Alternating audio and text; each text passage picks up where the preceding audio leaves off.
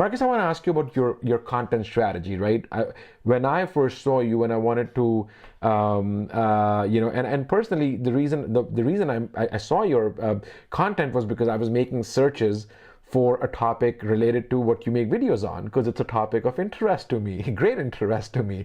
So, and I found you and I was like, wow, I must get this person in onto this podcast and talk about, his content strategy, because you're on YouTube, you also post your pictures on Instagram.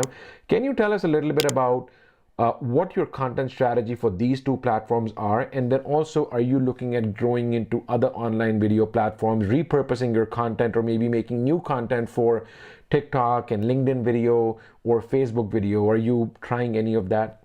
Okay, let me see if I can answer that question. That was another big loaded one. I don't necessarily use much other than YouTube. YouTube and Instagram are kind of the two main ones that I use. Just want to be able to make sure I can put that question together in my head so I can answer it properly, because I didn't really totally understand it.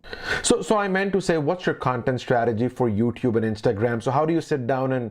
Okay, my content strategy now is a little different than what it was before, and it's, first I created my channel to be a voice of authority. So people go to my channel and they listen what's said there. And by opening up, I do a live stream every Sunday for about 4 hours, and the show is called Hash Church. When I started Hash Church, it was YouTube sending me a video or a link one day saying, oh, you've reached a new milestone. You can now stream live. This was like when it was brand new. And I was like, oh, wow, like, okay, this is kind of cool. Let's see what this is. It was Sunday morning, and I kind of went through it, and I clickety-clacked, and I was like, okay, yeah, I'll go live right now, 9 o'clock. Oh, what am I going to call it? I don't know. It's Sunday. I grew up Catholic. It'll be church. Oh, and I'm a hash head. Let's make it Hash Church. So I picked that name just kind of random. And I sent out the link to my Facebook page, and like 5 or 6 people came in, and we all had a talk, and it was a couple hours long. But then the next Sunday, I was like, I'm going to do this again, but I'm going to introduce and invite specific friends of mine. And we did another show. Well, I did one of those every Sunday for 161 Sundays in a row. Wow. Without missing. In any country that I was in. Sometimes I was in, I can't even tell you some of the experiences that I had to do to get to where, like one time I had flown back from Jamaica with some Jamaican friends of mine, and we were going to their house in Brampton, Ontario. We were driving in a blizzard, and we had about 20 minutes to get to the house so I could start Hash Church. This happened dozens of times around the world, just crazy scenarios where I was so tenacious and so unwilling to miss an episode that it really created a whole vibe. Yeah. And what happened was, so many people started coming into Hash Church and talking, and I mean serious people. I had Ross Ulbricht's mom, Ross Ulbricht, who started the Silk Road, who's in prison for like 4 life sentences. His mom came into Hash Church. I had Freeway Ricky Ross, the guy that like sold all the cocaine in the 80s and for the CIA. I had Dr. Lester Grinspoon, who ran Harvard Medical School for 27 years. I had incredible guests. People just couldn't believe how I was accessing these people. And so what that did, especially in my own little industry, is our conversation started directing our industry on a global scale. And I could see different people in Hash Church starting to get jobs with different companies, and we were starting to move the industry. So now my strategy for both Instagram and my YouTube videos are to make videos based on the current and now conversations that are happening in my industry. And so, a perfect example is there's a thing called rosin for cannabis. And rosin is pressure.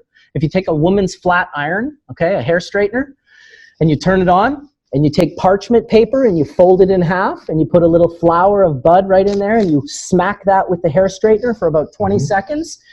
The steam, the moisture in the bud will steam out of the bud, and the resin, which is growing on top of the bud, will melt, and it will shoot out with the pressure. So when you open the parchment, you have oil on the outside of the flower. You can do this with a variety of flowers.